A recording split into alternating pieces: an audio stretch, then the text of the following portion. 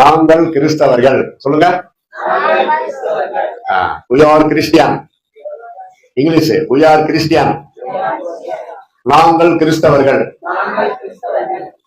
அதான் இன்றைக்கு செய்தி தலைப்பு. சந்தோஷமா போலாம். ஆனா செய்தி கேட்ட பிறகு உங்களுக்கு ஒரு ரிசல்ட் கிடைக்கும், அதையும் ஏற்றுக்கொள்ளுங்கள்.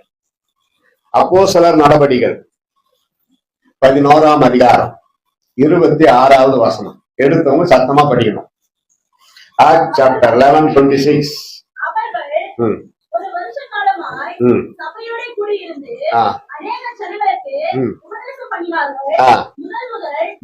முதல் ஃபர்ஸ்ட் ஆஃப் ஆல் முதல் அந்தியோகியாவிலே சீஷர்களுக்கு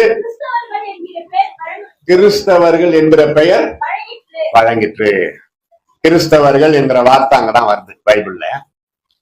நீங்க இந்துக்களா கிறிஸ்தவர்களா முகமதியரா இப்படிதான் கேட்பாங்க. ஏன்னா பொதுவாக 3 முக்கியமான பிரதான மதமாக அரசாங்கம் இந்த 3 வைத்திருக்கிறது. ஆனால் உண்மை என்ன, கிறிஸ்தவம் ஒரு மதம் அல்ல. ஆனா அடையாளத்துக்காக அரசாங்கம் அதை மதத்துல சேர்த்தார்கள். சர்டிபிகேட்ல எழுதணுமே, ஆதி திராவிடர் கிறிஸ்தவர் இல்ல, ஆமா, நாடார் கிறிஸ்தவர், முதலியார் கிறிஸ்தவர், இந்தியன் கிறிஸ்டியன் அப்படியெல்லாம் சர்டிபிகேட்ல எழுதுவாங்க. இது யாரு கண்டுபிடிச்சாங்க, இந்த ஜாதி எப்படி வந்துச்சு தெரியல. ஆனால் பரிசுத்த வேதம் ஜாதி வெறியை, ஜாதி பாகுபாட்டை வன்மையாக கண்டிக்கிறது. 2 ஜாதி உலகத்துல, 2 ஜாதி. என்ன ஜாதி? 1 ஆண் ஜாதி, நான் கேட்டேன். பைபிளுக்கு வாங்க. கிறிஸ்துவுக்குள்ள ஆண் என்றும் இல்லை, பெண் என்றும் இல்லை, யூதன் என்றும் இல்லை, கிரேக்கன் என்றும் இல்லை, அடிமை என்றும் இல்லை, சுயாதீனன் என்றும் இல்லை, எல்லாரும் சமம். அப்ப நான் இங்க சொன்ன ஜாதி என்ன? பரிசுத்த ஜாதி, அசுத்த ஜாதி. அவ்வளவுதான். இயேசு கிறிஸ்துவை யாரெல்லாம் ஏற்றுக்கொண்டு அவருக்காக பரிசுத்தமாய் வாழ்கிறார்களோ அவர்கள் பரிசுத்த ஜாதி. யாரெல்லாம் இயேசு கிறிஸ்து கிட்ட இன்னும் வரலையோ அசுத்த ஜாதி. இதுதான் பிப்ளிக்கல் கிராமர், பரிசுத்த வேதத்தின் தாற்பயம். அது எப்படி நான் உன்னை பெரிய ஜாதி ஆக்குவேன் அப்படியெல்லாம் தேவனாகி கர்த்தரே வாக்குதத்தம் பண்ணி ஆபிரகாம, ஈசாக்கு அப்படிலாம் பேசி இருக்கிறாரே வாக்குதத்தம். நீங்க எப்படி இல்லைன்னு சொல்லலாம்? பைபிள் எடுத்து பாருங்க, தமிழ்ல தான் அது ஜாதின்னு இருக்குது. I will make you a great nation. ஜாதிக்கு கேஸ்ட் வரணுமா இல்லையா இங்கிலீஷ்ல? ஆனா இங்கிலீஷ் பைபிள்ல கேஸ்ட் இல்லையே. அப்ப இங்க கொடுக்கப்பட்டது என்ன அர்த்தம்? ஜாதி என்றால் மனிதர்களை பிரிக்கின்ற, உணர்வுகளை பிரிக்கின்ற, மட்டம் தட்டுகின்ற வார்த்தை அல்ல.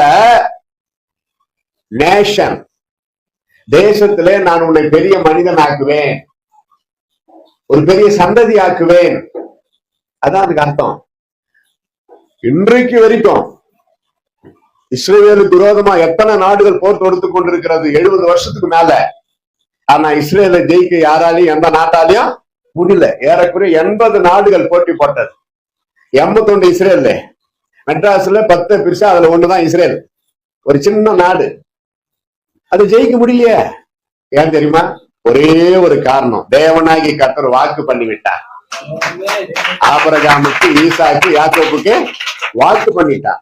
கானான் தேசத்துல உன்னை கொண்டு போய் சேர்ப்பேன், அங்கே நீ குடியிருப்பாய், உன்னை எந்த எதிரியும் மேற்கொள்ள முடியாது. அதாவது கானான் தேசம் என்பது பழைய ஏற்பாட்டு பேரு. பழைய ஏற்பாட்டுல கானான் தேசம் என்ன வர்றதுதான் இப்ப இருக்கிற இஸ்ரேல் தேசம். அது குழப்பிக் கொள்ளக்கூடாது. இஸ்ரேல் நாடு தான் கானான் தேசம். நீங்க சரித்திரத்தையும் கொஞ்சம் தெரிஞ்சுக்கணும். பைபிள் கண்டிப்பா தினந்தோறும் படிங்க, அதோட விட்டுறக்கூடாது. தொடர்ச்சியா சரித்திரம் இருக்குது. பைபிள் ஒவ்வொரு பின்னணியில சரித்திரம் இருக்கிறது. சின்னம் சிறு கைகளை நம்பி ஒரு சரித்திரம் இருக்குது தம்பி. எப்படி அது வந்தது? சரித்திரம். இஸ்ரவேல் தேசத்துக்கு பரிசுத்த வேதத்தை மட்டும் படிச்சுட்டு அதோட நம்ம விட்டுறக்கூடாது. சரித்திரத்தை கவனி. இப்போ உதாரணமா இயேசு கிறிஸ்து லாசருவை உயிரோடு எழுப்பினார். 4 நாள் கல்லறையில கிடந்த லாசருவை உயிரோடு எழுப்பினார். படிச்சிருக்கீங்களா? யோவான் சுவிசேஷத்துல மட்டும்தான் லாசரு பற்றி, மாத்தாள், மரியாள், லாசர் ஒரு குடும்பம், நல்ல பணக்கார குடும்பம். அவங்கள பற்றி வருது.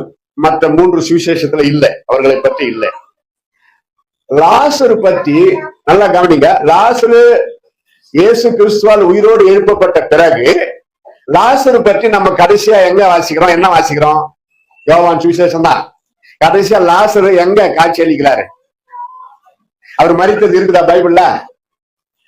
இயேசு கிறிஸ்துவை கொலை செய்ய முயற்சி எடுத்த பிரதான ஆசாரியரும் யூதர்களும் லாசருவையும் கொலை செய்ய வகை தேடினார்கள். அதோட முடியுது. அப்போ லாசரு கதை என்ன ஆச்சு? கரெக்டா யோசிக்கணுமா இல்லையா? பைபிள்ல அதோட முடியுது, பாதியில முடியுது. சில பக்தர்கள் பரிசுத்தவான்களுடைய வாழ்க்கை வரலாறு பாதியில நிக்குது பைபிள்ல. மீதி என்ன? அது எழுதப்படல. சரித்திரம் படிக்கணும், சரித்திர நூல்களை பார்க்கணும். இயேசுக்கு ரத்த சாட்சியாய் மரித்த பக்தர்களுடைய நூல் புஸ்தகம் விக்குது, அதை வாங்கி படிச்சு பார்க்கணும். அல்ல யூடியூப் ஹேண்டில் பண்றவங்க லாசரு வாழ்க்கை வரலாறு போடுங்க. ஃபுல்லா அவர் என்னென்ன பண்ணாரு. நம்ம நினைக்கிறோம் லாசருவை இயேசு கிறிஸ்து 4 நாட்கள் கல்லறையில கிடந்த லாசருவை இயேசு உயிரோட எழுப்பினார். அதோடதான் நம்ம சொல்லிடுறோம். அதுக்கப்புறம் என்ன ஆனார், எங்க போனார், எப்படி மரித்தார், பைபிள்ல கிடையாது. ஆனா சரித்திரம் சொல்லுது. 39 சர்ச்சு கட்டி இருக்கிறார். கைத்தட்டி எல்லாரும் பிரைஸ் அல்லேலூயா. சேவை பிஷப் ஆகி இருக்கிறார். அநேகரும் இயேசுவின் பிள்ளைகளா மாத்தி இருக்கிறார். அவங்க மூத்த அக்கா மார்த்தாள் விதவைகளுக்கு மடம் கட்டி அவங்களுக்கு தினந்தோறும் சாப்பாடு செய்து போட்டு அப்படியே சுவிசேஷத்தை அறிவித்து ஒரு குறிப்பிட்ட இடத்துல மலையில அவர்கள் மரித்திருக்கிறார்கள். அவங்க தங்கை மரியாள் இயேசு கிறிஸ்துவின் நாம மகிமைக்காக அவர்கள் இயேசுவை பற்றி சுவிசேஷம் அறிவித்து அவர்கள் ஒரு கிராமத்துல மரித்திருக்கிறார்கள். லாசரு அவர் கட்டின தேவாலயத்திலேயே அவர் மரித்தாங்க, அடக்கம் பண்ணப்பட்டார் சீப்ருல.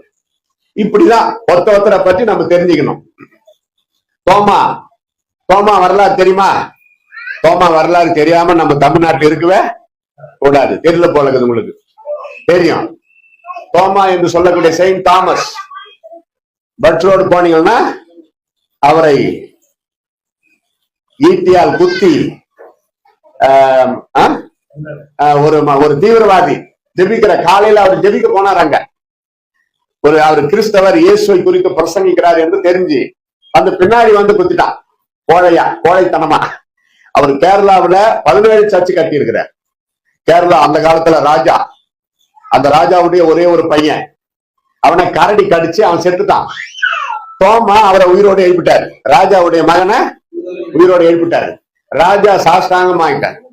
ஐயா, செத்து போன என் பையனே எழுப்பிட்டீங்க, உங்களுக்கு என்ன வேணும் சொல்லுங்க, நான் செய்யறேன். ராஜா அவர் சொன்னாரு, எனக்கு ஒண்ணும் வேணாம், சர்ச்சு கட்டுறதுக்கு பணம் கொடு, சர்ச்சு கட்டுறதுக்கு இடம் கொடு, கட்டி கொடு, அது போதும். ராஜா சொன்னாரு, அவ்வளவுதானே, நான் எல்லா உதவியும் செய்யறேன். நெகேமியா புஸ்தகத்துல மாதிரி ராஜா என்ன பண்ணாரு, நெகேமியாவுக்கு எல்லா உதவியும் செய்தார் தேவாலயம் கட்டுவதற்கு. அதே போல அந்த ராஜா செய்தாரு, கட்டினார். அதுக்கு பிறகுதான் நம்ம தமிழ்நாட்டுல கன்னியாகுமரி பக்கம் திருவிதாங்கோடு போயிருக்கிறீங்களா? தான் சொந்த கையால தோமா சர்ச்சு கட்டி இருக்கிறார். அவரே அப்பப்ப கொஞ்சம் கொஞ்சமா கட்டி அவர் மேஸ்திரி மாதிரி கட்டி இருக்கிறார். நாங்க நேரடியா போய் அதை பார்த்தோம். இப்போ அதை கொஞ்சம் எக்ஸ்டென்ஷன் பண்ணி பெருசா ஊழியக்காரங்க பாதுகாத்து வருகிறார்கள். கிணறு தோண்டி இருக்கிறார். டைம் பாஸ் அப்படி தோண்டி தோண்டி மண் வெட்டி கடப்பாரு போட்டு டெய்லி கொஞ்சம் கொஞ்சம் தோன்றது. கிணறு பெருசா தோண்டுகிறார். அண்ணால பார்த்தோம். ஒரு குன்று, ஒரு கல்லு குன்ற டெய்லி தட்டி தட்டி தட்டி தட்டி சின்ன சின்ன சின்ன சின்ன பள்ளமா அதை தோண்டி ஒரு பெரிய தொட்டியா ஆக்கியிருக்கிறார். ஏன்னா ஸ்ட்ராங்கா ஆச்சா உடஞ்சிரும். ஒரே கல்ல உடையாம, இந்த இப்ப கூட உரல், வீட்டுல உரல், அது எவ்வளவு உடையாம சாரா. ஆனா பெரிய கல்லுல சின்ன பள்ளம் பண்றது ஈஸி. உரல், அதுக்கு பேர் உரல். அவரு பெரிய அளவுல செஞ்சிருக்கிறார். தண்ணி தொட்டி மாதிரி ஒரு கல்ல உடைந்து, அது திறமைதான். அப்படியே அவரால் செய்யப்பட்ட பொருள் எல்லாம் அங்க குட்டி குட்டி குட்டி பொருள்கள் எல்லாம் அங்க வச்சிருக்கிறாங்க. நாங்க வந்து ஒரு 2-3 முறை அதை பார்த்திருக்கிறோம்.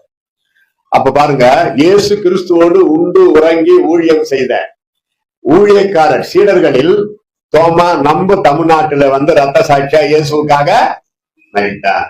அது நம்ம தமிழ்நாட்டுக்கு எவ்வளவு சிறப்பு. அவருடைய ரத்தம் இந்த தமிழ்நாட்டுல சிந்தப்பட்டது. அங்க செயின்ட் தாமஸ் மவுண்டன், அங்கிருந்து பரங்கிமலை அவரை குத்திட்டாங்களே ஒருத்தன், அங்கிருந்து ரத்தம் சொட்ட சொட்ட சாந்தோம் வரைக்கும் ஓடி இருக்கிறார் உயிரோடவே, இடையில மறிக்கவே இல்லை.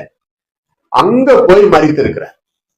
அவருக்கு உயிர் ஞாபக சக்தி இருக்கிற வரைக்கும் யாராவது நம்மள காப்பாற்ற மாட்டாங்களான்னு சொல்லிதான் ஓடி இருக்கிறார். ஆனா யாருமே அங்க அதிகாலை நேரம் யாரும் கிடையாது.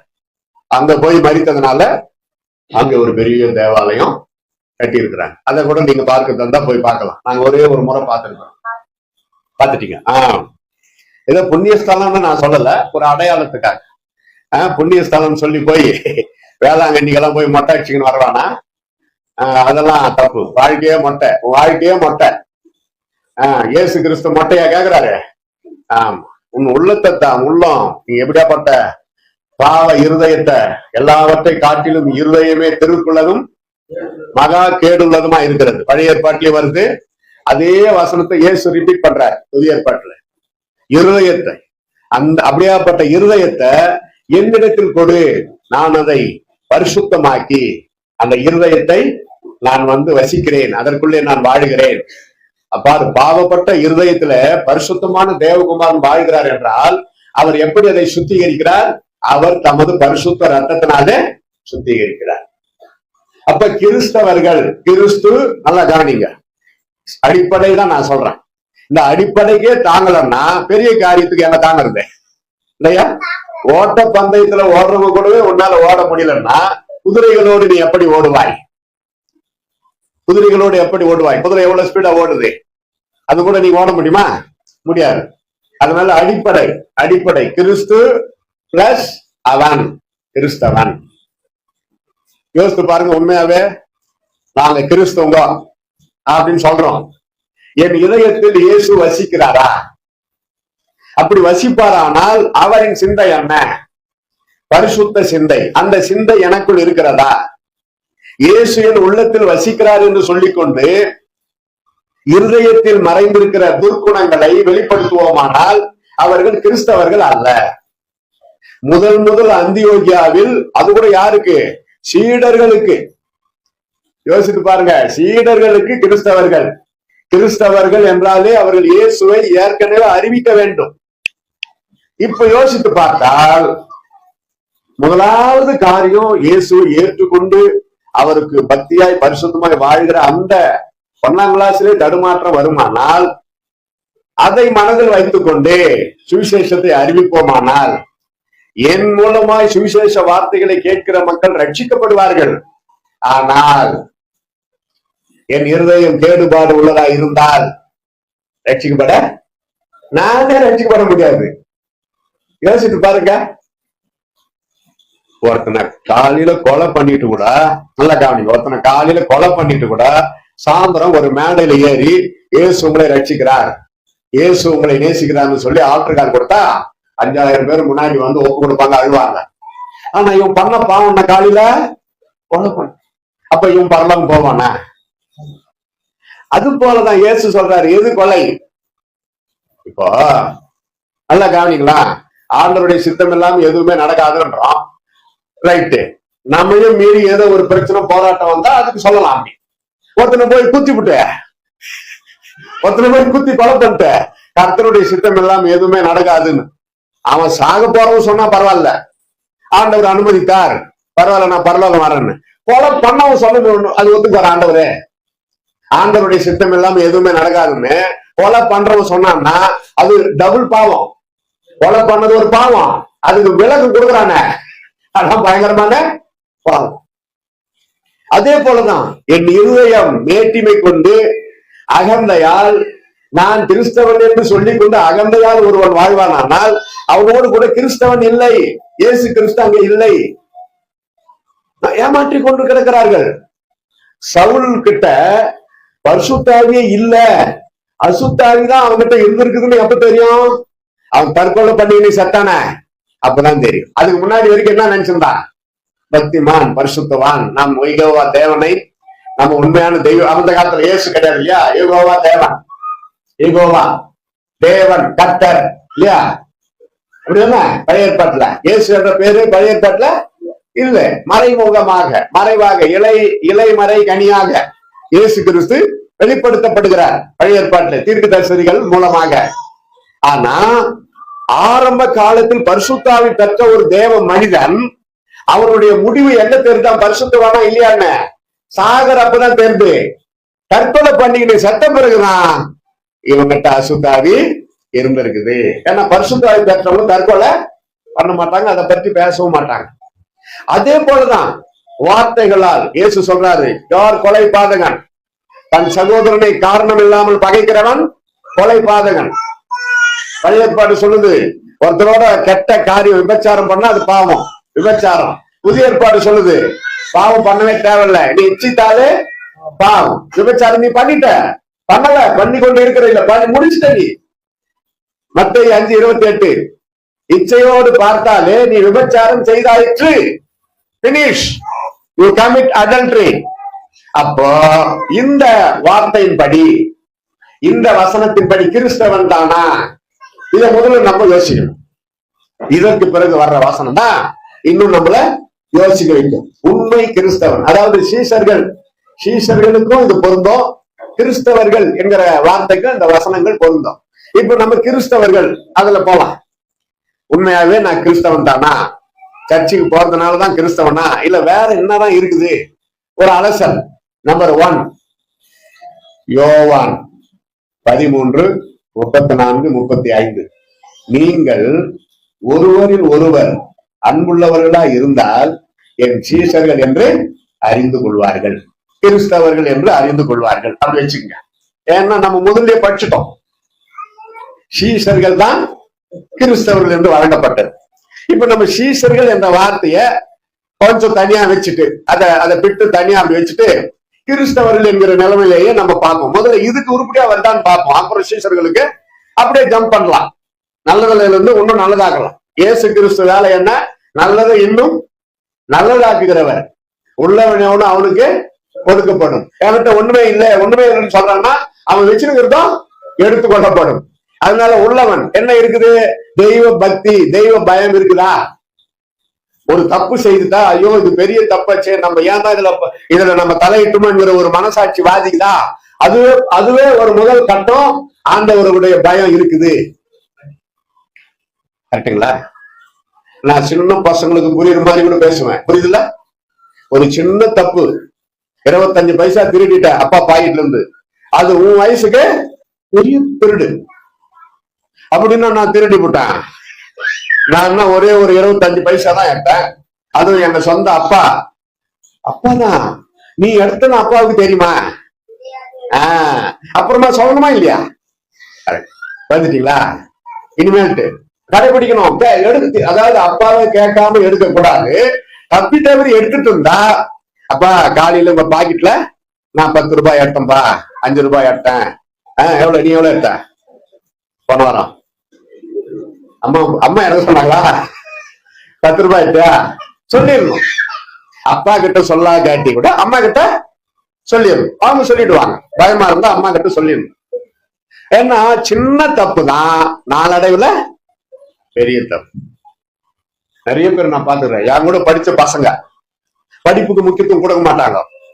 திருடுறது, கடையில திருடுறது, 10 ரூபாய் திருடுறது, ஒரு பேனா, அந்த காலத்துல ஒரு பேனா ஒரு 2 ரூபாய், அப்படி ஒரு தமாஷுக்கு திருடி சின்ன சின்ன சின்ன காரியமா அப்புறம் வளர வளர வளர பெரிய அளவுல ஆயிரக்கணக்கில் திருடர்களாய் மாறி போலீஸ் ஸ்டேஷன்ல போய் மாட்டிக்கினாங்க. நிறைய பேர் நாம் பாக்குறோம். பாவத்துல சின்ன பாவம் பெரிய பாவம் அப்படிலாம் கிடையாது. கரெக்டுங்களா? பாவம் பாவம் தான். உங்களுக்காக நான் ஜெபிக்காவிட்டால் நான் பாவம் செய்கிறவனா இருப்பேன். பாருங்க, கர்த்தருடைய பிள்ளைகளுக்கு ஒரு கட்டளை. சாமுவேல் தீர்க்கதரிசி, அவர் எவ்வளவு பெரிய man of God, the greatest heroes in the Bible. Samuel தீர்க்கதரிசி பைபிள்ல ஒரு பெரிய ப்ராபசி. அவரு சொல்றாரு, எந்த சாதனையும் எனக்கு முக்கியம் இல்ல, உங்களுக்காக நான் ஜெபிக்காமல் இருந்தால் அது எனக்கு பாவம்ன்றாரு. அப்ப பக்தர்களுக்கு எது பாவம்? ஜெபிக்காம. நம்ம தேசத்துக்கு, இந்த கிராமத்து மக்களுக்கு நீங்க சுவிசேஷம் அறிவிக்க முடியாவிட்டால் பரவாயில்ல. எங்க கிராமம், இந்த கிராமத்துக்கு என்ன பேரு? உங்க கிராமத்துக்கு பேரு என்ன? அங்க கிராமத்து பேர் சொல்லி, ஏன்னா அவங்க சொன்னது எனக்கு சரியா கேட்கல. VK ஆர்புரம். இந்த பேரை சொல்லி நீங்க இந்த மக்கள் ரட்சிப்புக்காக ஜெபிக்கணும். இங்க இருந்து ஆரம்பிக்கணும். முதல் எழுப்புதல் எப்படி ஆரம்பிச்சது? அப்போஸ்தலர் 2ல எருசலேம்ல. கரெக்டா? அவங்க கூடி இருந்த இடத்துல பரிசுத்தாவி இறங்கினார. அங்கதான் சாட்சி, அங்கதான் எழுப்புதல் வந்து எல்லாரும் இயேசுவின் பிள்ளைகளா மாறினாங்க. அதுக்கப்புறம் பரவி பரவி பரவி பரவி சுவிசேஷ வார்த்தை அந்தியோகியாவில் முதல் சீடர்களுக்கு கிறிஸ்தவர்கள் என்கிற பெயர். இங்க பாருங்க, ஒருவரில் ஒருவர் அன்புள்ளவர்களா இருந்தாதான் கிறிஸ்தவர்கள் அல்லது இயேசுவின் சீடர்கள். ஊழியக்காரர்களுக்கு இந்த வசனம் நினைக்காதீங்க, அங்க எங்கன்னா இருக்குதா? அப்படி இல்ல. கிறிஸ்தவ குடும்பத்துக்கு தான் சொல்றேன். நீங்கள் ஒருவரில் ஒரு, இங்கதான் ஆரம்பிக்குது அன்பு. முதலாவது உள்ளத்துல ஆரம்பிக்கணும். அன்பு எங்க ஆரம்பிக்குது முதல்லன்னா, நம்ம இருதயத்துல ஜீவ நதி போல அந்த உண்மையான தெய்வீக அன்பு இருக்குமானால் அது சமாதானமாக ஒரு நதியை போல இருதயத்தை விட்டு புறப்பட்டு போய் அநேகரை அந்த நதியிலே மூழ்கும்படி. இது ஆவிக்குரிய அர்த்தம். நம்ம இதயத்துல இருந்து தண்ணி அங்க ஓட போகுது, ரத்தனா ஓடும் குத்தனாக்கா இல்லையா? ஆண்டவர் சொல்லுகிறது என்ன? உன் சமாதானம் நதி போல ஓடும். என்கிட்ட இருந்து ஓடும் ஆண்டவர் சொல்றேன், உன்னிடத்திலிருந்து ஓடும். எப்படி? இயேசு உன் உள்ளத்துல இருப்பாரானால், நீ உண்மையான கிறிஸ்தவனாய், நீ உண்மையான கிறிஸ்தவ பெண்மணியா இருந்தால், அன்பு என்கிற நதி உன் இருதயத்திலிருந்து புறப்பட்டு போய் அநேகரை சமாதானமாக்கும். குழப்பத்தை உண்டாக்காது. குழப்பத்தை உண்டாக்குறதுக்குன்னே சிலர் பிசாசு வச்சிருப்பான் பாத்தீங்களா? எல்லாம் கரெக்டா இருக்கிற மாதிரி தான் தெரியும். ஆனா ஆரம்பத்துல இருந்தே சொன்னாரு பாஸ்டர், வாயில நாக்குலதான் இருக்குது மனிதனுடைய வாழ்க்கை. நாவினால் நாவை தொட்டார். பரிசுத்தாவி முதல்ல இறங்கினப்போ நாவை தொட்டார். பெந்தெகோஸ்தே நாள் வந்த பொழுது அப்போஸ்தலர் 2ஆம் அதிகாரம் 8 படிச்சு பாருங்க. ஆவியானவர் ஒவ்வொருவருடைய நாவை தொட்டார். ஏன் தெரியுமா? அது வரைக்கும் அந்த நாக்கு கொள்ளாதத, உதவாதத, வீணானத, அசுத்தமானத, கேவலமானத, மற்றவங்களை குறை சொல்லி பேசி கொண்டு கிடந்த நாவு தானே. இப்ப நான் உன்னை தொடறேன். இனிமே நீ என்னை பற்றி தான் நீ பேச வேண்டும். நல்லதை பேசு, பரிசுத்தத்தை பேசு, கர்த்தருடைய வார்த்தையை பேசு. சில இடத்துல நானு நல்லா கவனிங்களா, சில இடத்துல ஒரு பிரச்சனையோ குழப்பமோ வருதுன்னா ரெண்டு பக்கமும் சமமா பேசணும். ஒரு நீதிபதி இல்லையா? வசனத்தை தான் சொல்லுவேன். அவங்க ஒரு பிரச்சனை சொல்றப்ப வசனம், இவங்க பக்கம் பேச வசனம் என்ன தெரியுமா? பைபிள் வசனத்தை எடுத்துக்கிறாரு. நான் ஊழியக்காரர் வேற ஏத்து கிடக்கிறத நான் கம்பராமாயணமா இறக்க முடியும்? சொல்லுங்க. பைபிள் இருக்கிற வசனத்தை தானே ஒரு ஊழியக்காரர் எடுத்து பேச முடியும். எதுக்கு எடுத்தாங்க வசனத்தை என்ன வசனம் தான், எனக்கு வேற வழி கிடையாது. வசனம் தேவனுடைய வார்த்தை. இயேசு கிறிஸ்து சோதிக்கப்பட்டப்போ இயேசு கிறிஸ்து பைபிள் இருக்கிற வார்த்தையை சொல்லிதான் பிசாசை துரத்தினார், மடங்கடித்தார். அப்பாலே போய் சாத்தானேன்ட்டார். கடைசியா போடா, உங்ககிட்ட இவ்வளவு நேரம் பேசுறத வேஸ்ட். இவ்வளவு நேரம் பேசின்னு வர ஒண்ணுத்துக்கும் வசனத்தை சொல்லு, நான் ஓவரா போயிருக்கிறேன். என்ன பண்ணாரு? அப்பாலே போனாரு. ஓட்டம் இதுக்கு மேல நம்ம இருந்து புரோஜனம் இல்லடா எப்பா அப்படின்னு சொல்லி சில காலம் அப்போ கூட பாரு, அவன் மானம் ரோஷம் கிடையாது. சில காலம் அவரை விட்டு பிரிந்திருந்தான். சில காலம் அப்ப எங்க திருப்பி வந்தா தெரியுமா? கண்டுபிடிச்சிங்களா? இயேசு கிறிஸ்து கிராமமா பட்டணமா போய் பிரசங்கம் பண்ணுவாரு. அப்ப யாரு வந்தாங்க? முதல்ல பரிசேயர், teachers of the law. Teachers of the law யார்? அது நியாய பிரமாணிகர், பரிசேயர்கள், வேத சாஸ்திரிகள். சீக்கிரமா வந்து உட்காந்துருவாங்க. இயேசு கிறிஸ்து பிரசங்கம் பண்றாருன்னா எதுக்கு தெரியுமா? பிரசங்கத்தை கேட்கறதுக்கு இல்ல. நீங்க நினைச்சீங்களா சீக்கிரமா வந்துட்டாங்க மீட்டிங்கு? அவர் வாயிலே குற்றம் கண்டுபிடிக்கும்படி அவருக்கு தெரியும். நல்லா வாங்க வாங்க வாங்க எல்லாம் முன்னாடி வந்து உட்காருங்க, நீங்க எதுக்கு வந்திருக்கிறீங்கன்னு எனக்கு தெரியும். பேசுவாரு. விதைக்கிறவன் ஓமை அதெல்லாம் பத்தி பேசி முடிப்பாரு. என்னடா இது இன்னைக்கு எதுவும் குற்றம் கண்டுபிடிக்க முடியலையே அப்படின்னு வெக்கத்தோட போயிடுவாங்க. சில இடத்துல பேசி முடிச்சுதான் அற்புதம் செய்வாரு. அப்பதான் அவனுங்களுக்கு வந்துருச்சு, இன்னைக்கு ஓய்வு நாள், இன்னைக்கு அற்புதம் செய்யக்கூடாது. நியாய பிரமாணம் படி இந்த ஒரு கூனியாக்கிற அம்மாவை நேரம் ஆக்கிட்டாரு. கூடாதீங்கடா. வேலை செய்யறதுக்கு 6 நாள் இருக்குது. அப்ப வந்து அற்புதம் பெற்றுக்கொள், ஜெபித்துக்கொள். இப்ப இங்கெல்லாம் வரக்கூடாது போ. அதுக்குள்ள இயேசு கிட்ட டைரக்டா பார்த்து பேச அவனுங்களுக்கு துணிச்சல் இல்ல. சுகமான அந்த அம்மாவை இன்சல்ட் பண்ணி கொடுத்துறாங்க. இயேசு என்ன தெரியுமா சொன்னாராங்க? மாய்மாலக்காரரே. வச்சு பாருங்களா. ஓ யூ ஹைபாக்ரட்டிக், மாய்மாலக்காரரே.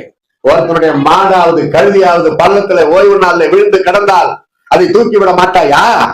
அப்ப கழுதை காட்டிலும் மாட்டை காட்டிலும் மனிதன் குறைந்தவனா? இத்தனை ஆண்டுகள் பூனியாய் கிடந்த இந்த ஆபிரகாமின் குமார்த்தியாக இவனை சொந்தமாக்கினது குற்றமா? கேட்டார் பாருங்க. இந்த மாய்மாலக்காரரே என்ன இருப்பார்? பாவிகளையே கட்டி அணைத்து முத்தமிட்டு இயேசு ஏற்றுக்கொள்கிறார். ஆனா மாய்மாலக்காரரை சாடுகிறார். மாய்மாலம் இறக்கூடாது, ஆண்டவர் நேசிக்க மாட்டாரு. நல்லா தெரிஞ்சுங்க, மாய்மாலம் இறங்கவே கூடாது. அது என்ன தெரியுமா? மாய்மாலம்னா சரியா புரியல. உள்ளொன்று வைத்து புறமொன்று பேசுவது, பக்திமான்களை போல நடிப்பது, அந்தரங்க பாவம், ரகசிய பாவம், கர்த்தருக்கு பிரியமில்லாத காரியம். இதெல்லாம் வைத்துக் கொண்டு பக்தியாய் பாடல் பாடி டான்ஸ் ஆடி ஆராதனை பண்ணி பிரசங்கமும் பண்ணி எனக்கு சேர்த்துக்கலாமே. பிரசங்கம் பண்றதுனால நான் பரலோகம் போய் முடியுமா? ஐயா இல்ல, முடியாதுன்னு சொல்லுங்க. முடியாது. பிரசங்கம் பண்றதுனால நான் பரலோகம் போக முடியாது. என் வாழ்க்கை எப்படி இருக்குது? அதே போலதான் பாட்டு பாடினவன் தான் கீழே தள்ளப்பட்டான். அவன மாதிரி சிறப்பா பாடணும் யாருமே கிடையாது. அதுவும் இல்ல மாதிரி ஆராதனை அரசன், the great leader in heaven, ஒரே தட்டு தட்டினார் ஆண்டவர். ஏன் தெரியுமா? நீ பாட்டு பாடுறது, நீங்க நடிக்கிறது முக்கியம் இல்லை. உன் உள்ளத்திலே நீ பெருமை கொண்டு விட்டாய், அகந்தையாய் நீ மாறிவிட்டாய். தேவனுக்கு ஈடாக நான் மேலே உயர்வேன் என்று சொல்லிவிட்டாய். அதுக்கு ஆட்களை நீ ஏற்படுத்தி விட்டாய். தட்னார் பாருங்க. அவன் யாரெல்லாம் ஏற்படுத்தி வச்சிருந்தான் அவங்களெல்லாம் அவனுக்கு அப்ப வாள் உண்டாகி அந்த வாள் சுருட்டி கோப்புன்னு வந்து விழுந்தான் பூமியில. அவன் தான் இன்னைக்கு வரைக்கும் ஆடிக்கிட்டு இருக்கிறான். பெருமையை உண்டாக்குவான். பாத்தீங்களா விசுவாசிகள் சார், அதாவது நல்லா இருக்கிறப்ப நல்லாதான் இருப்பாங்க. சூழ்நிலை வர்றப்போ அவங்க தர்மம், அந்த ஆணவம், அந்த பெருமை தாண்டவம் ஆடும். பரிசுத்தாவே அங்க கிட்ட வந்து நிக்க முடியாது. அப்படி ஆயிடுவாங்க.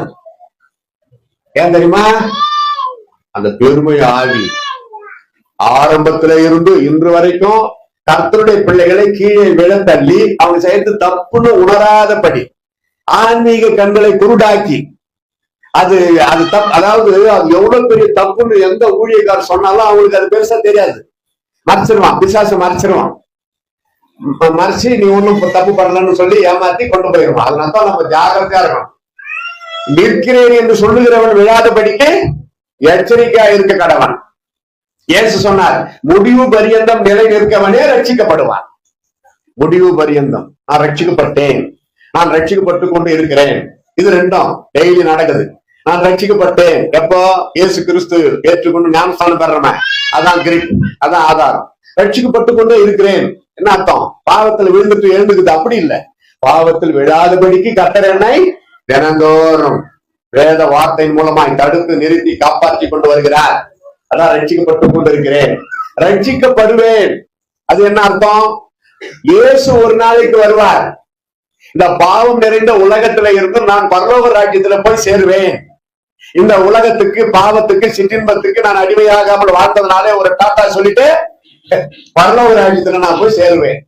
இதுதான் 3 காலங்களை. There are 3 steps in salvation. நான் ரட்சிக்கப்பட்ட நாள்ல இருந்து அந்த காலத்துல ஊழியக்காரங்க போதிக்கிற அந்த உபதேசம், மூல உபதேசம் இதெல்லாம். இப்ப இத பற்றி பேசுறது ரொம்ப அபூர்வமா ஆயிடுச்சு. ரட்சிக்கப்பட்டான்னு கேட்டா சிரிக்கிறானுங்க. இப்படி ஒரு கேள்வி கேட்டதே இல்லை யாரும் என்ன அப்படின்றாங்க. அந்த காலத்துல யாரு ஒரு பையனை பார்த்தாலோ, ஒரு அம்மாவை பார்த்தாலோ, ஒரு பொண்ணை பார்த்தாலோ, கிறிஸ்தவ குடும்பமா, ஏமா நீ ரட்சிக்கப்பட்டிருக்கிறியான்னு கேட்பாங்க. ரட்சிக்கப்பட்டிருக்கிறீர்களா? வெளிப்படுத்தல் 22, 21 படிச்சீங்கன்னா, ரட்சிக்கப்படுகின்ற ஜனங்கள் பரலோகத்தின் வெளிச்சத்தில் நடப்பார்கள், பூமியின் ராஜாக்கள் தங்கள் மகிமையை மோட்சத்திற்கு கொண்டு வருவார்கள். அதாவது இப்போ உலகம் ஃபுல்லா ராஜாக்கள் இருக்கிறாங்கல்ல, பிரதமர், முதலமைச்சர், அதுல எத்தனையோ நாட்டுல, நம்ம தமிழ்நாடு விட்டுருங்க, இந்தியா விட்டுருங்க, எத்தனையோ நாடுகள்ல ராஜாக்கள் ரட்சிக்கப்பட்டிருக்கிறார்கள். பிரதமர், மந்திரி ரட்சிக்கப்பட்டிருக்கிறார், முதலமைச்சர் ரட்சிக்கப்பட்டிருக்கிறாங்க. எவ்வளவு ஆரை அப்புறம் தாசில்தாருங்க ரட்சிக்கப்பட்டிருக்கிறாங்க. அவங்க எல்லாம் ஒரு ராஜாக்கள் தானே. அந்த காலத்துல ராஜாக்கள் தான் பேரு. இப்பதான் எல்லாம் பிரிச்சுட்டாங்க. அவர்களிலே, இந்த உலகம் முழுசா இருக்கிற ராஜாக்களிலே, ஆட்சி செய்கிறவர்களிலே யாரெல்லாம் ரட்சிக்கப்பட்டு இருக்கிறார்களோ அவர்கள், ஐயா நான் பூமியில பிரதமரா இருந்தது உங்க கிருபைதான் ஐயா, நீங்க தான் எல்லாம் அப்படின்னு சொல்லி அந்த மகிமைய ஆண்டவரிடத்துல செலுத்துவார்கள். கை தட்டுங்க பேசுறாங்க.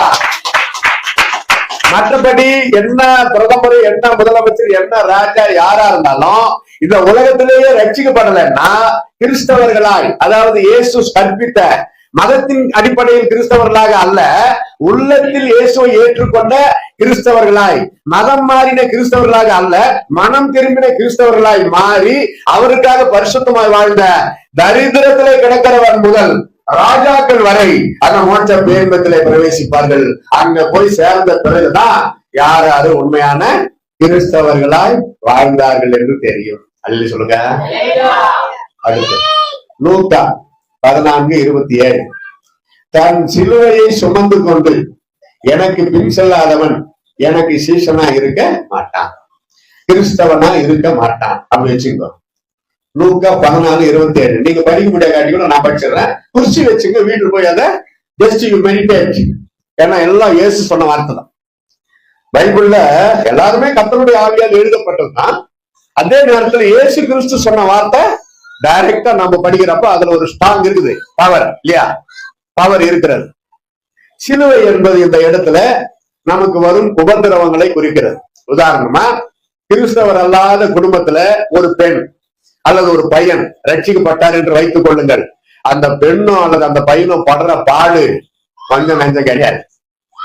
நேற்று பங்களாதேஷ்ல இருந்து ஒரு பாஸ்டர் போன் பண்ணாரு. 24 வயசு பாஸ்டர்.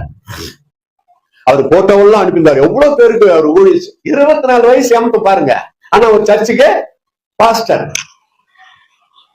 அவர் பேசுறாரு, தமிழ் தெரியாது, ஆங்கிலத்துல பேசுறாரு. அம்மா உள்ளவாமா, பாதி படம் ஓடிடுச்சு வா. அப்புறம் சொல்றேங்கம்மா, ஏற்கனவே பேசுறேன். அவர் சொல்றாரு, அவங்க அப்பா இன்னும் ரட்சிக்கப்படல, முஸ்லீம் குடும்பத்துல ரட்சிக்கப்பட்டா என்ன தெரியுமா, கொலையும் பண்ணிடுவாங்க சொல்ல. ஆனா இவரை விட்டு வச்சுக்கிறாங்க, போதகராவே ஆயிட்டாரு. எப்படின்னா இவங்க அம்மா ரட்சிக்கப்பட்டாங்க. அது சொன்ன நீங்க விட்டுருங்க, நான் பாத்துக்கிறேன். ஏசு கிறிஸ்து அவன் துதிக்கிறான், அதுக்கு வீட்டை விட்டு தொத்திருந்தா அப்படியெல்லாம் அம்மா ரெக்கமெண்ட் பண்ணி அவங்க உதவியிலதான் அந்த பையன் சபையை கட்டி ஊழியத்தை செய்யறாரு. 1 மணி நேரம் நேற்று பேசினார். நேற்று 1 மணி நேரம் என்கிட்ட பேசினார். அவர் அதை பேசினாவே உங்களுக்கு அது பிரசனம் ஆயிரும். வாங்க பங்களாதேஷுக்கு வாங்கன்ற பார்க்கலான்ட்டு. பாருங்க, அவர் சொல்றாரு, எங்க அப்பா ரட்சிக்கப்படாததுனால நாங்க எவ்வளவு போராட்டங்களை அனுபவிக்கிறோம், சிலுவையை சுமக்கிறோம். அதான் அர்த்தம். அவர் கொடுக்குற பாயிண்ட் பாருங்க. அப்ப நீங்க ஒரு பெரிய சிலுவை, இயேசு சிலுவை சுமந்து கொண்டு போனார, அப்பதான் உபத்திரவத்தை அனுபவிச்சாருன்னு நினைக்கிறீங்களா? எப்போ ஊழியத்துக்கு வந்தாரோ அப்பத்துல இருந்து உபத்திரவம் அவருக்கு பின்னாடியே வந்தது. கேவலமா பேசியிருக்கிறாங்க, திட்டி இருக்கிறாங்க, கேலி பண்ணியிருக்கிறாங்க, செங்குத்தான மலை மேல இருந்து அவரை கீழே தள்ளிவிட வகை பார்த்தார்கள். அப்படி சொல்லிக்கொண்டே போகலாம். அந்த 33 வயசுல அவர் பட்ட பாடுகள் நம்ம 60 வயசு வரைக்கும் கூட பட முடியாது. அதுதான் அதிகம். தினந்தோறும் அவர் பட்டதெல்லாம் பாடுகள், உபத்திரவம் தான். உருப்படியா சாப்பிட்டாரா? சந்தேகம் தான். உருப்படியா தூங்கி இருப்பாரா? சந்தேகம் தான். நம்ம உருப்படியா சாப்பிடுறோம், லேட் ஆயிட்டாலும் கரெக்டா சாப்பிடுறோம். சாப்பிடுவதற்கு கூட நேரம் இல்லாத இருந்ததுன்னு ஒரு இடத்துல வருது. இயேசு கிறிஸ்து வரலாறு படிச்சு பாருங்க. சில இன்னொரு இடத்துல தூங்குறது கூட அவருக்கு டைம் இல்லை, அப்படி நெருக்கினார்கள். கடைசி கட்டம் பாருங்க, ராத்திரி எல்லாம் தூங்க விடாம நியாய தீர்ப்பு, பிலாத்து கிட்ட, ஏரோது கிட்ட, அண்ணா, காய்பா சுத்தி 6 பேர் அவரை நியாயம் விசாரிப்பு. நைட்ல இரவு முதல் அதிகாலை வரை என்ன நடந்தது? கடைசியில தீர்ப்பு, சிலுவை மரணத்திற்கு ஒப்பு கொடுத்தார்கள். இவ்வளவு போராடினா பிரயோஜனா? சிலுவை மரணத்திற்கு ஒப்பு கொடுத்தார்கள். யாருமே விடுவிக்க முடியாது. காரணம், already planned into the heaven by our heavenly Father. Jesus come to this world and crucified the cross. வேற வழி கிடையாது. இயேசு நமக்காக அந்த சிலுவை மரணத்தை அன்போடு ஏற்றுக்கொண்டார். அதனால்தான் பிலாத்து கேட்கலாம், ரொம்ப நல்லா இருக்கு அந்த சீன். ஒரு வார்த்தை சொல்லு இயேசு, பாத்தீங்களா? இயேசு ஒரு வார்த்தை சொல்லு, என் மேல ஒரு தப்பு இல்லை, அப்பாண்டமா பழிய போட்டு என்னை சிலுவையில் அறையிறாங்க, நீங்க ராஜா தானே, என்னை விடுதலை பண்ணிடுங்கன்னு ஒரு வார்த்தை சொல்லு, நான் உன்னை விடுதலை பண்ணிடுறேன்னு. பிசாசு இயேசு கிறிஸ்து காதுல வந்து பிலாத்து பேசுறான். பிசாசு பிலாத்து 2 ஒண்ணுதான். கரெக்டா? இயேசு அவங்க மெதுவா பேசுறான். இயேசு சத்தமா சொல்லிட்டாரு, பரத்திலிருந்து ஒருவனுக்கு கொடுக்கப்பட்டாலுடைய தானாக இலையும் பெறமாட்டான். உன் வேலையை நீ பாருப்பா. இந்த தேசத்தின் ராஜா தானே, உன் கடமையை செய்ய. இது பிதாவினால் நிறைவேற்றப்பட வேண்டிய மரணம். நீ என்னை விடுதலை பண்ணவே முடியாது. பைபிள் படிச்சு பாருங்க. பிலாத்து பல விதங்கள்ல இயேசுவை விடுதலை பண்ணுவதற்கு முயற்சி பண்ணியிருக்கான். அவங்க மனைவி கிட்ட இருந்து லெட்டர் வருது. ஏன் லெட்டர் வருதுன்னா, ஒரு நியாய விசாரணையில பொம்பளைங்க வந்து அங்க பேசக்கூடாது திடீர்னு, அது அவமரியாதை. அதனால்தான் சபையில ஸ்திரீகள் பேசக்கூடாதுன்னு பவுல் எழுதுறாரு. அதைத்தான் எழுதினார். மற்றபடி சர்ச்சில் பேசக்கூடாது, பாட்டு பாடக்கூடாது, ஆராதனை பண்ணக்கூடாதுன்னு பெண்கள் அப்படி சொல்லலாது. பெண்கள் கண்டிப்பா சபை நடத்தலாம், ஊழியம் செய்யலாம். இங்க எழுதப்பட்டது என்ன, இந்த மாதிரி நியாய விசாரணை. நான் சின்ன பையனா பாத்துக்கிறேன். எங்க கிராமத்துல யாராவது தப்பு பண்ணிட்டா வேப்ப மரத்தடியில வந்து அதுக்கு ஊர் தலைவர் நாட்டாம்கார் வந்து உட்காந்துவாரு சென்டர்ல. நாங்கெல்லாம் போய் அங்க பார்ப்போம் வேடிக்கை, எப்படி தீர்ப்பு சொல்றாங்கன்னு. அருமையா சொல்லுவாங்க. தப்பு செய்தவனையும் இன்னொருத்தரையும் கொண்டாந்து நிக்க வச்சு விசாரிப்பாங்க. அப்போ அவரு யாரை கேட்கிறாரோ அவங்கதான் பேசணும். திடீர்னு தலைவருடைய மனைவி ஓடி வந்து இந்த மாதிரினா மரியாதை வீட்டுக்கு போன்றவர் தலைவர். அந்த மனைவின்ற மரியாதை கிடையாது. ஏன்னா அவர் அங்க தலைவர், நியாய தீர்ப்பு சொல்லணும். அதைத்தான் அங்க பிலாத்து மனைவி கடைபிடித்தார்கள். நம்ம போய் பேசுவது நியாயம் அல்ல, சரியல்ல, மரியாதை அல்ல, இது சட்டம். அதனால லெட்டர் எழுதி கொடுத்தான்னு போறாங்க வேலைக்காரி கிட்ட. இதை போய் ராஜா கிட்ட கொடுத்துறியம்மா. அவர் பிரிச்சு படிக்கிறாரு. அவருக்கு எந்த சிலுவை மரண தண்டனை கொடுக்க வேண்டாம் தான் அவர் நீதிபரர். அவர் ஒரு பாவம் செய்யாதவன்னு அந்த அம்மா எழுதி அனுப்புறாங்க. அந்த அம்மா உண்மையிலே ரட்சிப்பட்டிருப்பாங்கன்னு நினைக்கிறேன். ஏதோ பரவாயில்ல கேட்டு கூட வேணா போயிருப்பாங்கன்னு நினைக்கிறேன். உள்ள ரொம்ப தூரம் போவா காட்டிக்கூடாது. ஏன்னா ரட்சகர், அவர் ஒரு நீதிமான், அவர் பாவம் அறியாதவர், தேவகுமார் என்று அவங்க சூழ்நிலைக்கு, மகாராணி அவங்க சூழ்நிலைக்கு இயேசுவ ரட்சகர், அவர் வரப்போகிற ராஜான மகாராணி மட்டுமல்ல, சிலுவையில தொங்கினானே ஒரு கல்லன். நீர் மீண்டும் வரும்பொழுது அடியேனை நினைத்தரணும். எப்படி இவ்வளவு சத்தியம் அவனுக்கு தெரியும், தெரிஞ்சு வச்சிருக்கான். ஆண்டவர் இயேசு அவனை பார்த்தாரு. ஏய், இவ்வளவு தூரம் உனக்கு தெரியுத அப்படின்ட்டு அவன் ஒரு வார்த்தை போட்டான் பாத்தீங்களா? நிந்தித்த கல்வனை எதிர்க்கிறான். அடே, நம்ம பண்ண பாவத்துக்கு நம்ம தண்டனை அனுபவிக்கிறோம். அவர் என்னடா தப்பு பண்ணாரு, அவரை ஏன்டா கேலி பண்ற, அதுக்கெல்லாம் கூட இயேசு மயங்கல. என் பக்கம் பேசுறான் அப்படின்னு, அதுக்கெல்லாம் கூட இயேசு மயங்கல. ஆண்டவரே, நீர் மீண்டும் ராஜாவாக வரும்பொழுது என்ன இது போதண்டா நயனான்னா நினைச்சுக்கிட்டு இன்றைக்கு நீ என்னோடு கூட பரதேசில் இருப்பாய்.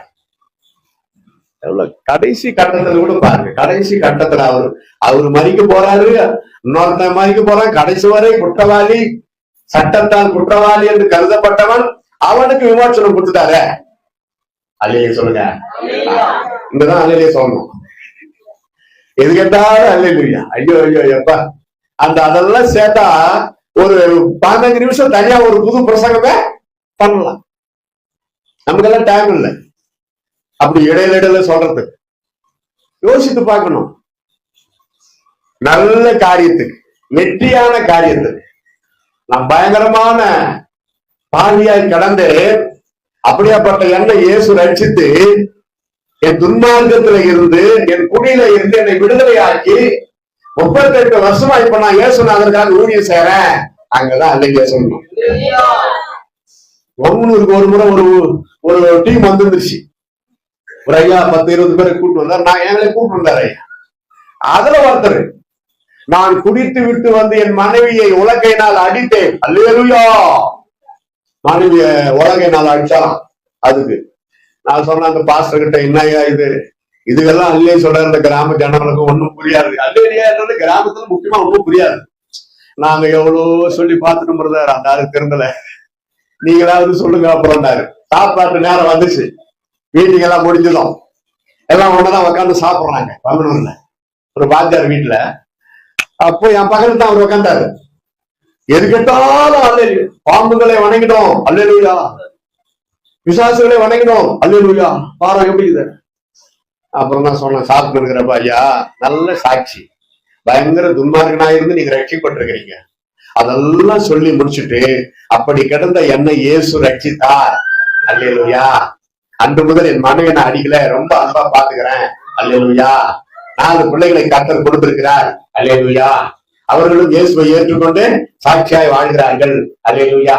அப்படி சொல்லணும்பா பிரதர். மனைவி வந்து உலக்கையினால் அடித்தேன் அல்லேலூயான்னா என்ன அர்த்தம்? அப்ப ஒன்னும் அடிக்க போறீங்களா இனிமேல்ட்டு? அப்பதான் யோசிக்கிறாரு. அப்புறம் கூட்டம் எல்லாம் சாப்பிட்டு முடிச்சு பிறகு அந்த ஐயா, அதாவது லீடர், நல்லா சொன்னீங்க, இனிமேதானா அவர் மாறுவாருன்னு நாங்க நம்புறோம்னா. அதுக்கப்புறம் என்ன ஆச்சுன்னு தெரியல. இன்னைக்கு இங்க வந்துட்டோம். இன்னைக்கு அடுத்து 3 யோவான் 8:31 வசனத்தில் நிலைத்திருக்கின்றவனே உண்மையான கிறிஸ்தவன். நீங்கள் என் உபதேசத்தில் நிலைத்திருந்தால் மெய்யாகவே என்னுடைய சீஷர்கள் எனப்படுவீர்கள். இப்ப நான் அப்படி சொல்றேன், என் கட்டளைகளின்படி நீங்கள் வாழ்ந்தால் நீங்கள் மெய்யான கிறிஸ்தவர்கள். இப்ப சொல்லுங்க, மெய்யான என் கட்டளையின்படி, என் கட்டளைகளை கடைபிடித்து நீங்கள் வாழ்ந்தால் நீங்கள் மெய்யான கிறிஸ்தவர்கள் அப்படி வச்சுங்க. இப்ப சொல்லுங்க, இயேசுவின் கட்டளையை கடைபிடிக்கிறீங்களா? நம்ம கொஞ்சம் பேர் தானே நல்லா பேசலாம். உங்க திருவாய் கொஞ்சம் மலருங்க. இப்ப உதாரணமா ஒரு காரியத்தை நான் எங்க போனாலும் சொல்றேன்னா, காலையில எழுந்து ஒரு சகோதரனும் சகோதரிய பைபிள் படிக்கிறாரு. 4 அதிகாரம் படிக்கிறார், 5 அதிகாரம் படிக்கிறார். அதுல ஒரு வசனம், பொய்னாவு கர்த்தருக்கு அருவருப்பு, அப்படி எல்லாம் வருதா இல்லையா? சரி, படிச்சுட்டாரு. காலையில புறப்பட்டு போறாரு வேலைக்கு. நைட்டு 10 மணிக்கு ஜெபம் பண்றாரு முட்டி போட்டு. அவரு ஆராய்ச்சி பண்றாரு. மகனே, 4 அதிகாரம் படித்தார். அதுல ஒரு வசனம் பொய்னாவு கர்த்தருக்கு அருவருப்புன்னு நீ படித்தாய். இன்னைக்கு மட்டும் நீ 5 போய் சொல்லி இருக்கிற, யோசனை பண்ணி பாருன்றார் ஆண்டவர். அப்ப அவர் அதை அறிக்கையிட வேண்டும் அல்லவா? தப்புதானே? அதான், அதாவது மனிதர்கள் கிட்ட மறைக்கலாம், மனிதர்கள் கிட்ட நம்ம தவறுகளை குறைகளை மறைக்கலாம், அது எல்லாமே செய்யலாம். ஆண்டவர் கிட்ட மறைக்க முடியுமா? உங்களுடைய ஆவிக்கு விரோதமாக நான் எங்கே ஓடுவேன்? உங்களுடைய பரிசுத்த ஆவிக்கு விரோதமாக நான் எங்கே ஓடுவேன்? சமுத்திரத்துக்கு போனாலும் நீர் அங்கே இருக்கிறீர், பாதாளத்தில் படுக்கை போட்டாலும் அங்கே இருக்கிறீர். எதிர்க்க வந்து நிக்குது நான் பண்ண பாவம். மனிதர்களுக்கு முன்னாடி சிரிக்கலாம், பக்திமன் போல நான் நடிக்கலாம். அப்போ இன்னொரு வசனம், தன் பாவங்களை மறைக்கிறவன் வாழ்வடைய மாட்டான், அவைகளை அறிக்கை செய்து. அப்ப இயேசு கிறிஸ்து வெளிப்படாத காலகட்டம், பழைய ஏற்பாட்டு வசனம் இது. அப்ப அங்க ஒரு இது போட்டு கர்த்தரிடத்தில் அறிக்கை செய்து. அப்போ இப்ப நம்ம அதை சொல்றப்போ இயேசு கிறிஸ்துவிடம் அறிக்கை செய்து. 1 யோவான் 4 படிச்சு பாருங்க, 2:8. நம்முடைய பாவம், நமக்கு பாவம் இல்லை என்போமானால் நம்மை நாமே வஞ்சிக்கிறவர்களா இருப்போம், சத்தியம் நமக்குள் இராது. நம்முடைய பாவங்களை நாம் அறிக்கையிட்டால், அன்னன்னைக்கு நடந்த தவறுகள், பாவங்கள், குறைகள், குற்றங்கள், எரிச்சல்கள், கோபங்கள், அவைகளை அறிக்கையிட்டால், அறிக்கையிடணும், வெக்கப்படாம அறிக்கையிட்டால், பாவங்களை நமக்கு மன்னித்து எல்லா அநியாயத்தையும் நீக்கி நம்மை சுத்திகரிக்க அவர் உண்மையும் நீதி உள்ளவராய், பாவத்தை மன்னிக்கிறதுல கூட அவர் நீதிமானா இருக்கிறார். மன்னிப்பு பெறுவதற்கு ஒரு சில வகையான இருக்கிறது. உதாரணமாக பாஸ்டர் டேவிட் பிளஸ்ஸி, அவருடைய உள்ள வேதனை படுற மாதிரி நான் பேசிட்டேன்னு வச்சுக்கோங்க. அவரும் போயிட்டாரு, நானும் போயிட்டேன். வீட்டுக்கு போய் நான் முட்டி போட்டு, ஏசப்பா பாஸ்டர் டேவிட் பிளஸ்ஸி நான் வேதனை படுத்த மன்னியும், ஒரு காலம் மன்னிக்க மாட்டேன். பைபிள் வசனத்தின்படி அவரு கிட்ட நேரடியா எப்படி சண்டை போட்டு உள்ளத்தை வேதனை பண்ண, அப்படியே நேரடியா வந்து மன்னிப்பு கேட்கலாம். வர முடியல, மழை வந்துச்சு, கேவலமா அருவருப்பா பேசுறப்ப மழை இல்ல, அவன் காட்டுல மழை பெஞ்சிச்சு, அதனால அப்ப இல்ல, அடிச்சு கொளுத்துட்டு போயிட்டான், வார்த்தையினால கொலை பண்ணிட்டான். அங்க போய் ஜபத்துல ஆண்டவர்கிட்ட மன்னிப்பு கேட்டா, நான் ஒரு காலம் மன்னிக்க மாட்டேன். என்னைய நீ பேசின, அவரை தானே பேசினேன், அவர்கிட்ட மன்னிப்பு கேளு. ஆண்டவரு மழை வருது, போன் பண்ணு. எதுக்கு இப்ப செல்போன் கொடுத்துக்கிறாரு ஆண்டவர் தெரியுமா? மன்னிப்பு கேட்கறதுக்கு தான். எவ்வளவு பாயிண்ட்ல செல்போன் எதுக்கு கொடுத்துக்கிறாரு எல்லாருக்கும்? மன்னிப்பு கேட்கறதுக்கு தான். இந்த வருஷம் முடியறதுக்குள்ள யாராவது மேல உங்களுக்கு பாவம் இருக்குது, கசப்பு, வெறுப்பு, போன் பண்ணி அந்த பேசுங்க. அப்புறம் நேரடியா அதுக்கெல்லாம் ஸ்வீட் வாங்கி போய் கொடுத்துட்டு பேசிட்டு வாங்க. அப்பதான் நீங்க பரலாம் போக முடியும். Not just for a joke, practical life. மனிதனின் உள்ளத்தை வேதனைப்படுத்தி விட்டு கர்த்தரிடத்தில் மன்னிப்பு கேட்கிறதுனாலே அவர் மன்னிக்க மாட்டார். அவர் உள்ளத்தை அல்ல, நீ அவருடைய உள்ளத்தை, கர்த்தருடைய உள்ளத்தை அல்ல, என் ஊழியக்காரன் உள்ளத்தை, அது கர்த்தரையே வேதனைப்படுத்துகிறது. சவுலே சவுலே, என்னையே நீ துன்பப்படுத்துகிறாய். சவுல் கேட்கிறாரு, என்னடா இது, இயேசுவைய துன்பப்படுத்தின, கிறிஸ்துவ தானே, என் ஜனங்களை நீ துன்பப்படுத்துகிறது, என்னை யோசித்து பாருங்க. இப்போ கடைபிடிக்கிறோமா? கொஞ்சம் இருக்கிறதுல இருந்து கொஞ்சம் ஏழைகளுக்கு கொடுன்றாரு, செய்யறோமா? கீழ்ப்படி தான தர்மம் பண்ணுன்றாரு, செய்யறோமா? குடும்பத்துல கணவன் மனைவி பிள்ளைகள் அன்பா இருக்கணும், அதான் குடும்பம். அதான் ஒரு குட்டி பரலோகம். நாங்க பக்தர்கள் அந்த காலத்துல பரலோகமா இருக்குதா? உங்க குடும்பம் பரலோகமா இருக்குதா, நரகமா இருக்குதா? யோசிக்கணும். அப்ப கிறிஸ்தவர்கள் இருந்து ஆண்டவர் எப்படி சொல்லுவார்? சர்டிபிகேட்ல எழுதுவாங்க, எங்க ஊருக்கு வாங்க, எங்க தெருவுல எல்லாம் கிறிஸ்தவங்க தான், எல்லாரும் பரலோகம் போவாங்களா? டவுட் தான், டவுட் தான். என்ன செய்யணும்? உபதேசத்துல நிலைத்திருக்கணும். புறஜாதி மக்களுக்கு தேவை அற்புதம், அதிசயம், குணமாக்கும், சுகமடையணும். ஒரு முனியாண்டி வரான், அவனை குடிச்சுன்னு திட்டிக்கணும் இருக்கக்கூடாது. அவனுக்கு தேவை சுகம். சுகமான பிறகு அவனை அடிக்கடி போய் சந்திச்சு பயங்காட்டி பயல் காட்டி அன்பா இயேசு பத்தி சொல்லி ஆலயத்துக்கு கொண்டு வரணும். இவ்வளவு தூரம் நல்லாயிட்ட, சர்ச்சுக்கு வரல, செத்து விடுவேன் சொல்லலாமா? தப்பு. திருப்பி அந்த வியாதி வந்துடும், நம்மளே சுகமாக்கி நம்மளே அப்படி சொல்லலாமா? சாகிற வரைக்கும் மன்னிச்சிரு மன்னிச்சிரு மன்னிச்சு அப்படின்னு ஆண்டவர் சொல்ற. அடுத்தது வேகமா சுய வெறுப்புள்ள லூக்கா 14:26-27, மத்தேயு 10:36-38. எவனொருவன் தன் தகப்பனையாவது தாயையாவது மனைவியாவது பிள்ளைகளையாவது சகோதர சகோதரிகளையாவது என்னை காட்டிலும் அதிகமாய் நேசிக்கிறானோ அவன் எனக்கு பாத்திரன் அல்ல. இங்க கொஞ்சம் இடிக்குது. அப்பா அம்மாவை நேசிக்கூடாதா? கணவன் மனைவிய, மனைவி கணவனை, அல்லது பெற்றோர் பிள்ளைகளை, பிள்ளைகள் பெற்றோரை நேசிக்க கூடாதா? இதுன்னா ஏசு இப்படி கருகளா சொல்லியிருக்கிறார். கொஞ்சம் நல்லா படிச்சு பாருங்க. என்னை காட்டிடும் சொல்லுங்க எல்லாரும். அவ்வளவுதான், அவ்வளவுதான்.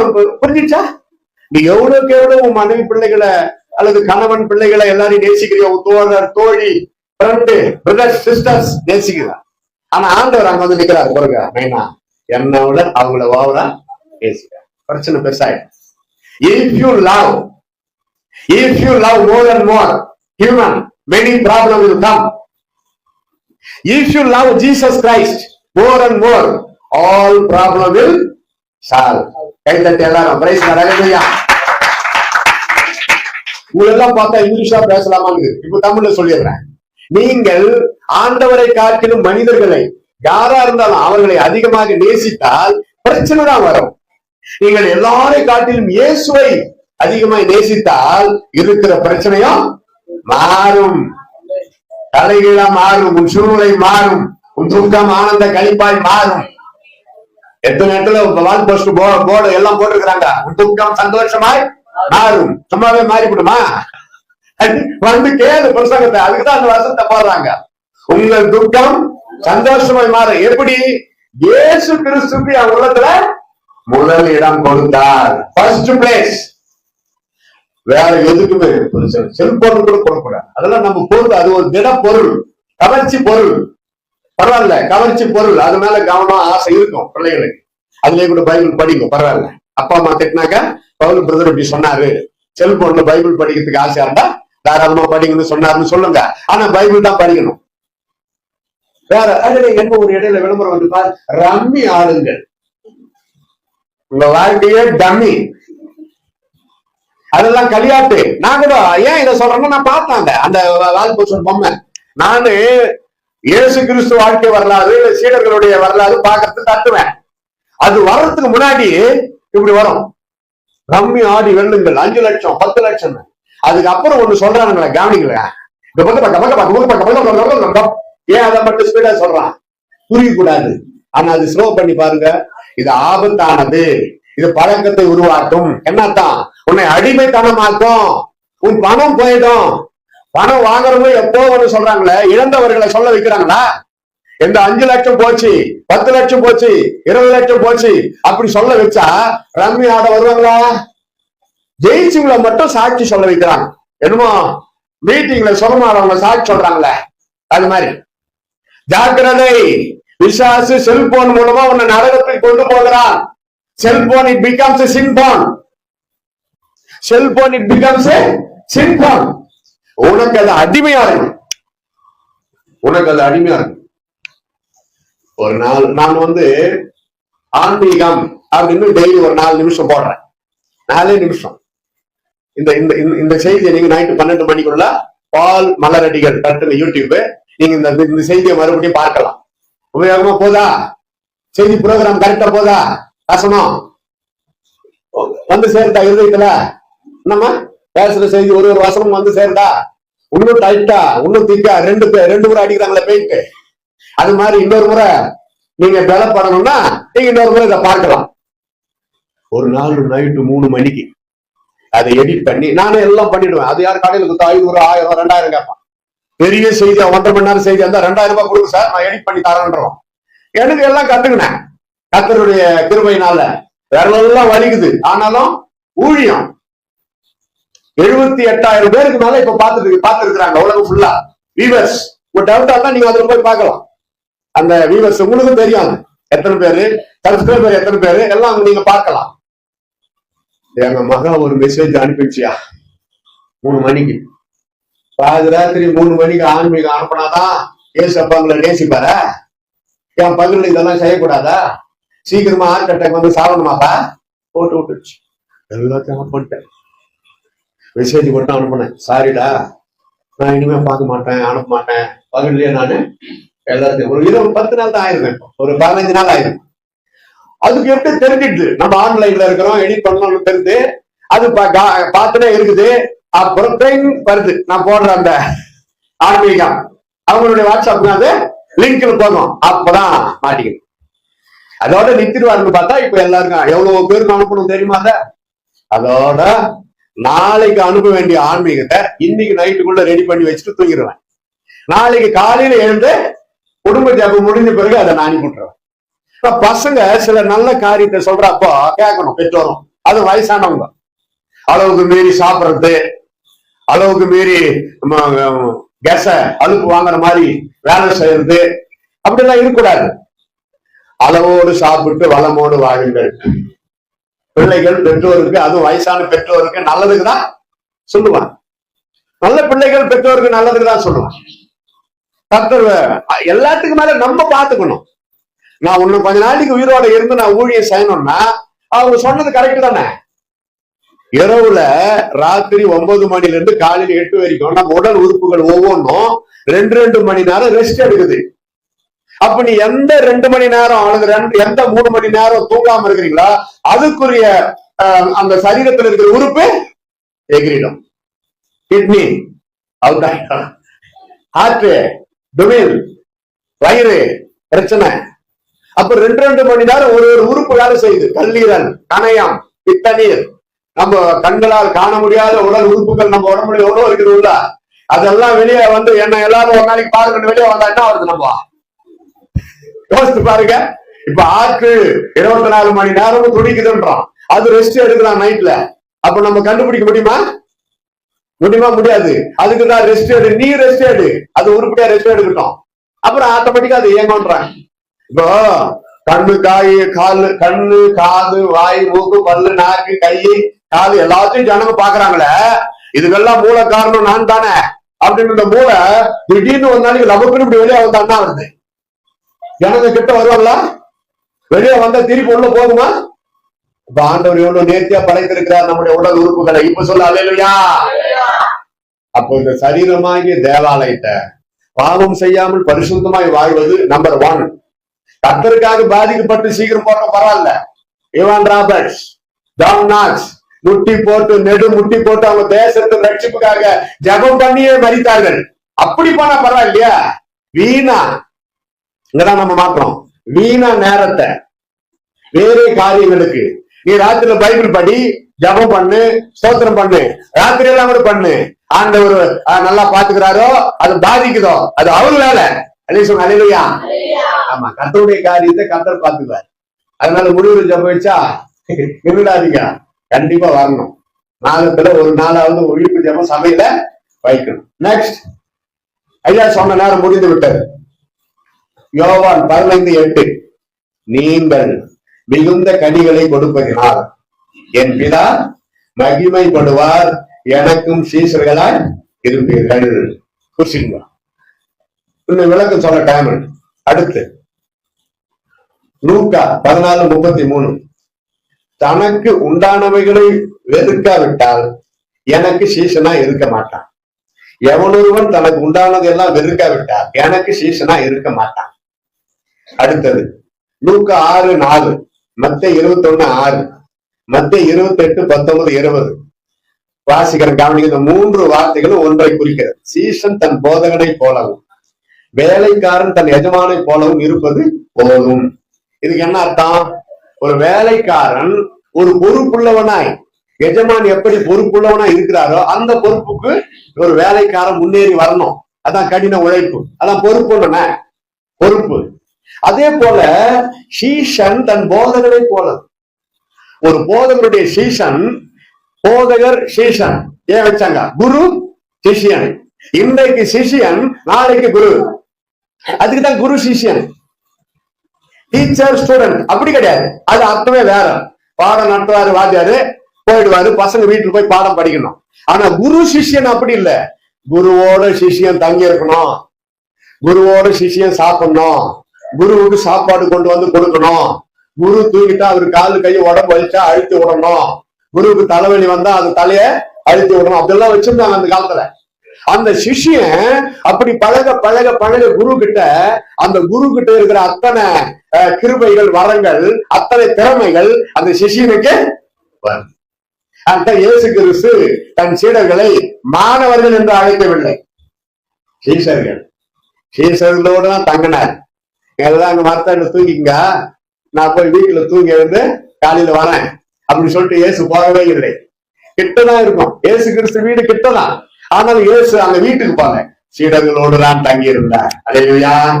அதான் குரு சிஷியன். அப்ப நம்ம எப்படி இருக்கணும்?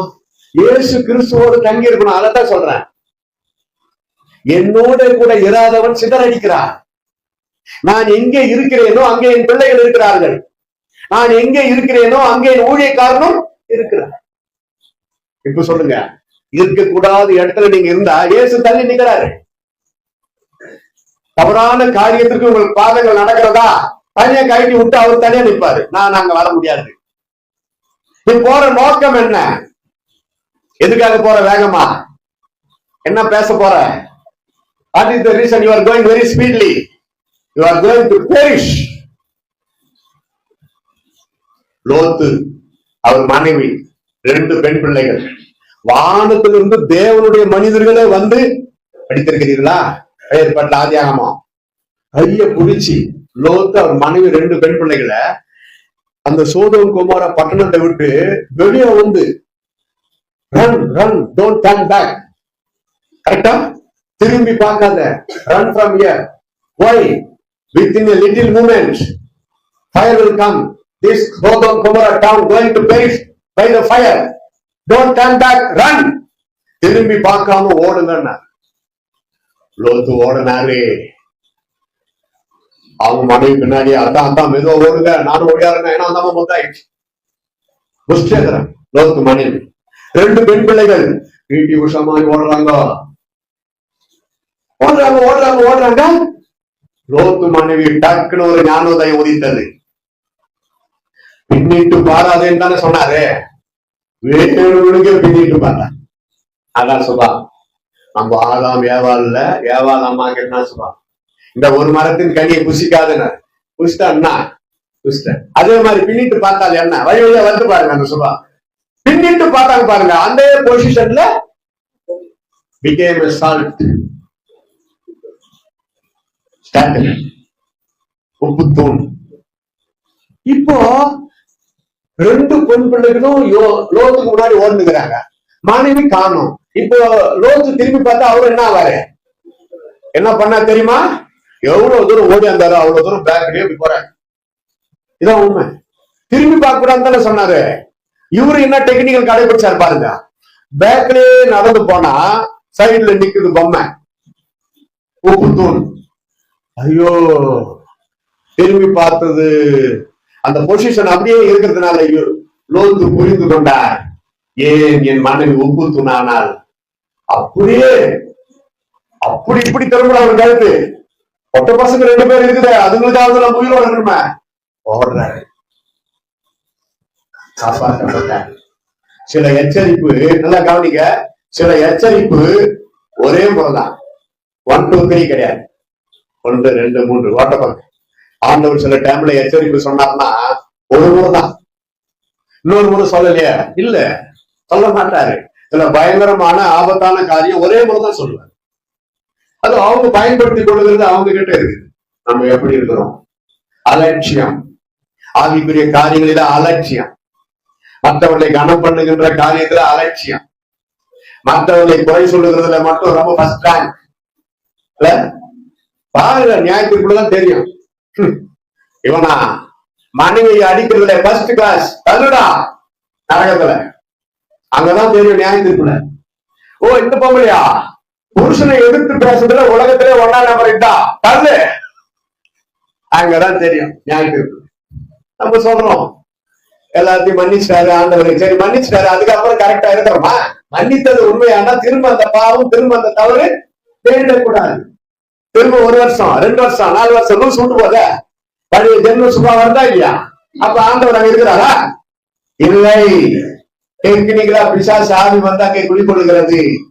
தன்னிடத்துல இருந்து பரிசுத்தாவி போனதும் தனக்குள்ளே அசுத்தாவி வந்து இறங்கினதும் சவுலுக்கு தெரியாது இருந்தது, சிம்சோனுக்கு தெரியாது இருந்தது. இதெல்லாம் கிரேட்டஸ்ட் ஹீரோஸ் இந்த பைபிள். அதனாலதான் இயேசு சொன்னாரு, முடிவு பரியந்தம் நிலை நிற்பவனே ரட்சிக்கப்படுவான். எல்லாம் எழுதி நிக்கலாமா? ஒரு ஜெபம் பண்ணி முடிக்கலாம். ஸ்தோத்திரம் ஆண்டவரே, ஸ்தோத்திரம் ஸ்தோத்திரம். கர்த்தர் நம்மோடு பேசி இருக்கிறார் என்று விசுவாசிக்கிறவர்கள் கையெல்லாம் தட்ட வேணாம், உள்ளத்திலேயே வசம்தான் நான் சொன்ன நிறைய அதற்குரிய விளக்கத்தை கர்த்தர் கொடுத்தார். யோசித்து பாருங்க.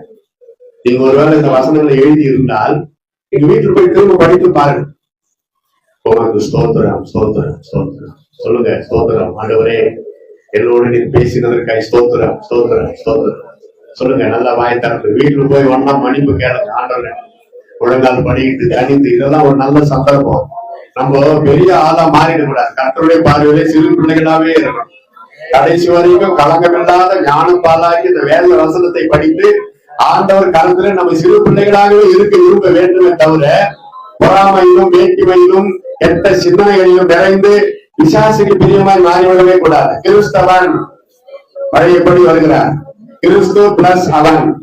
கிறிஸ்து என்னோடு கூட இருக்கிறது உண்மையானால் நான் இயேசுவின் சிந்தையை, பவுல் எழுதுகிறார், கிறிஸ்துவின் சிந்தையை உங்களோடு இருக்க கடவுது. கிறிஸ்துவின் சிந்தை உங்களுடன் இருக்க கடவுது பவுல் எழுதுகிறார். புது ஊழியக்காரர் வந்தா 5 நிமிஷம் கொஞ்சம் லேட் ஆகும், கொஞ்சம் பொறுமையா இருக்க. கர்த்தருடைய ஆசீர்வாதத்தை பெற்றுக் கொண்டு செல்லுங்கள். பார்த்து கருத்தோடு கேளு, பயபக்தியோடு. Praise the Lord. Hallelujah, hallelujah, hallelujah.